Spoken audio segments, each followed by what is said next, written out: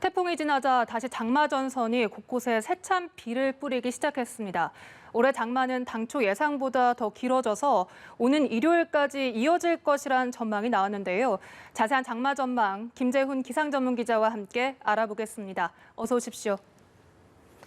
네, 김 기자, 이제 어제 태풍 장미는 모두 소멸이 됐지만 이 장맛비는 여전히 이어지고 있습니다. 곳곳에 집중호우도 계속되고 있는데 현재는 어느 지역에 비가 내리고 있습니까? 네, 태풍이 지나자마자 마치 기다렸다는 듯이 다시 장마가 시작이 됐습니다. 이 태풍이 북상할 때 잠시 북한으로 밀려나갔던 장마 전선이 다시 태풍이 소멸하자마자 이 찬 공기와 함께 다시 남하를 한 것입니다. 어제 이 중부와 전북 지역으로 굉장히 많은 비가 쏟아졌는데요.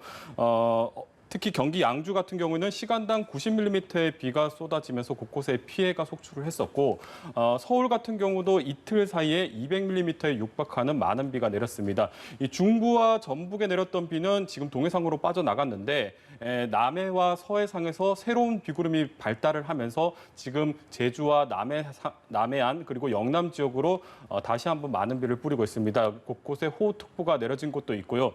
특히 이 지난번 큰 비로 이제 피해를 입었던 하동 지역에 많은 비가 쏟아진 것으로 보여지고 있습니다. 기록이 되고 있습니다. 지반이 매우 약한 상태이기 때문에 추가 피해가 없도록 좀 잘 대비를 하셔야겠습니다. 네, 정말 가장 길고 늦게 끝나는 장마인데 이 장마 종료 시점이 더 늦춰졌다는 소식도 들려옵니다. 원래 오는 14일까지였는데 이 광복절 연휴까지, 그러니까 16일까지로 늦춰졌다고요? 네, 일단 내일 장마 소식부터 좀 전해드리자면 이 기록적으로 폭우를 쏟았던 장마 전선이 드디어 내일 소강 상태에 들어갑니다. 이달 초부터 기록적인 폭우가 쏟아지면서 이제 곳곳에 피해가 속출했었는데 10일 넘게 이어졌던 집중호우가 내일 드디어 멈춥니다. 네. 그동안 이제 북쪽 찬 공기 세력에 밀려 있었던 이 북태평양 고기압, 그러니까 장마 남쪽의 덥고 습한 공기가 내일부터는 모처럼 세력을 확장을 하면서 이제 장마 전선을 북한 쪽으로 밀어낼 것으로 예상이 되고 있는데요. 따라서 내일은 이제 장마가 소강 상태를 보이고 다만 이제 덥고 습한 공기가 우리나라를 뒤덮다 보니까 대기가 불안정해서 강한 소나기가 쏟아지는 곳은 있습니다. 지금 소나기 같은 경우도 최대 한 80mm 정도의 많은 비가 쏟아질 것으로 예상이 되고 있기 때문에 비에 대한 대비는 계속 지속적으로 해야 되겠고 이제 장마가 길어지는 것에 좀 설명을 드리자면 지난번 대담에서도 이제 제가 올해 장마가 14일까지 예보가 돼 있지만 올해 북쪽 찬 공기 세력이 워낙 만만치 않다 보니까 광복절 연휴까지 장마가 이어질 가능성을 배제할 수 없다고 전해드렸었는데 그게 좀 현실화가 됐습니다. 내일 일단 장마가 소강 상태를 보이지만 13일 오후부터는 이 북쪽의 찬 공기가 다시 밀려오기 시작을 하면서 장마 전선이 재활성화가 됩니다. 따라서 14일과 15일 사이에는 수도권에 강한 비가 쏟아질 것으로 예상이 되고 있고요. 16일까지 이 수도권 그리고 강원 지역에는 장마가 이어질 것으로 예상이 되고 있습니다. 이렇게 되면 이제 장마가 54일까지 늘어나게 되는데 오늘로 이미 장마는 역대 최장 기록을 새로 썼고요.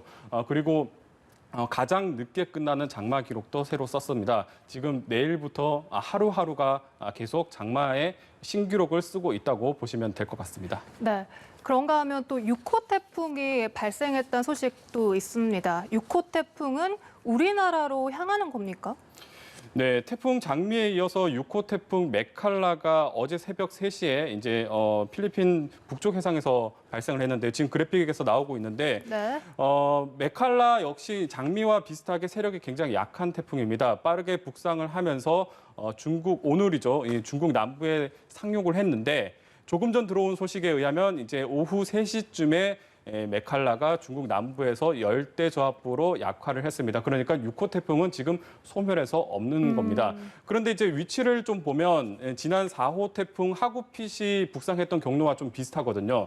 하구핏 같은 경우에는 이제 중국 내륙에서 소멸을 하면서 장마 전선에 굉장히 많은 수증기를 공급하면서 또 폭우구름을 만들었었는데 따라서 이 부분을 좀 들여다봤는데 다행히 이제 내일 북태평양 고기압이 세력을 확장을 하기 때문에 이 태풍에 남겨진 비구름도 서해상에서 좀 약화가 될 것으로 보여집니다. 따라서 6호 태풍이 우리나라에 미치는 영향은 크지는 않을 것으로 보고 있습니다. 네, 6호 태풍 메칼라는 소멸이 된 상황. 그렇다면 이렇게 하구핏이나 장미, 태풍 장미나 태풍 소식이 많이 들려오고 있어서요. 앞으로 태풍의 전망은 어떻습니까? 네, 일단 태풍 진로를 얘기할 때 빼놓을 수 없는 게 북태평양 고기압인데요. 이 북태평양 고기압은 여름을 지배하는 기단입니다. 그만큼 덩치가 크고 세력이 강해서 아무리 강한 태풍이 오더라도 이 북태평양 고기압을 뚫고 들어올 수는 없거든요. 따라서 이제 태풍이 발생하면 북태평양 고기압의 가장자리를 따라서 이동을 하는데 태풍이 발생했을 때 가장 중요하게 보는 부분도 이 북태평양 고기압의 가장자리가 어느 쪽으로 위치해 있느냐, 그러니까 태풍의 길이 어느 쪽으로 열려 있는지를 확인을 하게 됩니다. 그런데 이제 통상적으로 보면 8월 하순으로 접어들면 이 한반도를 덮고 있었던 북태평양 고기압이 조금씩 수축을 하는 시기 있거든요. 그래서 가장자리가 이 남해안 그리고 남해상 쪽에 위치를 하고 있기 때문에 우리나라 쪽으로 태풍의 길이 열리는 시기입니다. 그리고 네. 태풍이 가장 많이 발생하는 시기라서 태풍이 발생하면 한반도로 태풍이 올라올 확률이 굉장히 큰 시기입니다. 그런데 이제 좀 지난달을 좀 살펴봐야 됩니다. 지난달 같은 경우에는 관측사상 태풍이 하나도 발생하지 않는 7월로 기록이 됐습니다. 이 태풍 같은 경우는 이제 열대 지방에 쌓여 있던 에너지를 중위도로 고위도로 수송을 하는 역할을 하거든요. 그런데 이제 태풍이 하나도 발생을 하지 않았던 얘기는 열대 지방에 그만큼 에너지가 축적이 돼 있었던 얘기입니다. 그 축적된 에너지가 8, 9월에는 분출이 되면서 태풍이 그만큼 많이 발생을 할 수 있게 됩니다. 따라서 올해 8월과 9월 같은 경우에는 태풍이 좀 더 발생을 할 수 있을 것으로 보여지고 네. 시기적으로 봤을 때는 한반도로 태풍이 올라올 수 있는 환경이 조성이 되어 있기 때문에 태풍에 대한 대비를 좀 계속해서 해야 되겠습니다. 특히 최근에 좀 두드러지는 경향은 네. 10월에 태풍이 한반도로 많이 북상을 하게 됩니다. 올해도 이 같은 경향이 나타날 수 있기 때문에 10월까지는 이 태풍에 대한 대비를 계속 해야 되겠습니다. 네.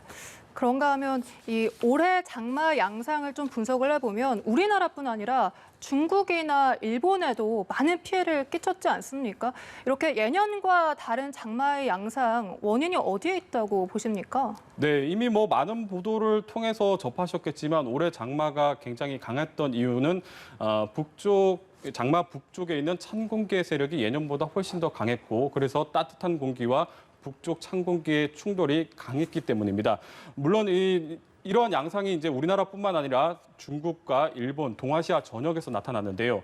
이 원인이 역시 북쪽의 찬 공기인데 북쪽의 찬 공기를 밀고 내려온 게 북극의 고온 현상과 관련이 있습니다. 네. 올해 북극의 빙하 면적이 역대 최소 수준입니다. 빙하가 많이 녹았다는 것은 북극이 그만큼 따뜻하다는 얘기인데 북극이 따뜻해지면 북극 상공의 찬 공기를 가두는 이 제트기류가 느슨하게 풀리게 됩니다. 조금 더 쉽게를 설명드리자면 북극의 찬 공기를 막아놓던 이 방어선이 무너져 내렸다고 보시면 됩니다. 이 방어선이 무너져 내렸으니까 찬 공기가 그만큼 남쪽으로 내려오게 된 것이고 예년보다 더 강한 찬 공기가 내려왔다 보니까 이 뜨거운 공기가 성질이 다른 공기와 강하게 충돌을 하면서 비구름이 그만큼 더 강하게 발달을 할 수 있었던 것입니다.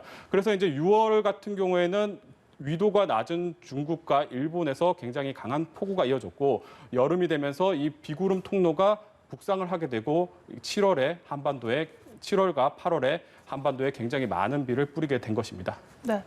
우리나라의 여름이 좀 변하고 있다라는 분석도 여기저기서 나오고 있습니다. 2년 전에는 최악의 폭염이 있었고 올해는 가장 긴 장마가 지속되고 있습니다. 약간 극단적인 것 같기도 한데 결국 지구 온난화, 기후 변화 때문이라고 봐야 됩니까? 네, 그렇습니다. 앞서 전해드렸지만 이 북극의 북극의 고온 현상이 올해 장마에 영향을 미쳤던 것처럼 기후 변화가 지금 우리나라의 여름철뿐만 아니라 전반적인 모든 날씨를 좀 변화를 시키고 있습니다. 최근에 이런 극한의 기상 현상이 두드러지게 나타나고 있는데요. 많은 분들이 좀 기억을 하시겠지만 2년 전으로 좀 거슬러 올라가면 네. 2년 전에 한반도에 역대 최악의 폭염이 닥쳤습니다. 네. 8월에 이 홍천의 기온이 41도까지 올랐고 같은 날 서울의 기온이 39.6도까지 올라서 111년 관측사를 새로 썼습니다. 그리고 이제 작년 같은 경우에는 이 7월과 10월 사이에 태풍이 7개나 북상을 했는데 이건 역시도 관측 사상 최다 태풍이 한반도에 영향을 준 기록이고 또 최근을 좀 살펴보면 올해 1월이 역대 가장 따뜻했던 겨울이었습니다. 네, 그랬었습니다. 네, 제주도가 한겨울에 20도를 넘어서면서 굉장히 따뜻했던 겨울로 기록이 됐거든요.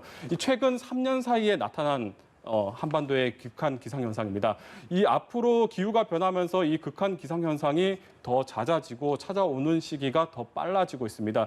올해 장맛비에서 좀 많이 드러났는데 이 최근에 이례적인 기록적인 폭우가 지금에 있는 방제 시스템으로 막을 수 없는 것을 좀 많이 보여줬습니다. 그렇죠. 따라서 기후변화에 맞춰서 이 재해 재난 방제 시스템을 좀 충분히 개비를 해야 되겠고요. 기후변화가 이제 많은 분들이 이제 기후변화가 미래 세대의 일이라고 생각을 하는데 기후변화는 당장 우리에게 닥치는 일입니다. 체계적인 대비가 필요하고 중장기적인 계획이 필요한 부분입니다. 네, 알겠습니다. 김재훈 기상 전문 기자와 함께 이야기 나눠봤습니다. 고맙습니다.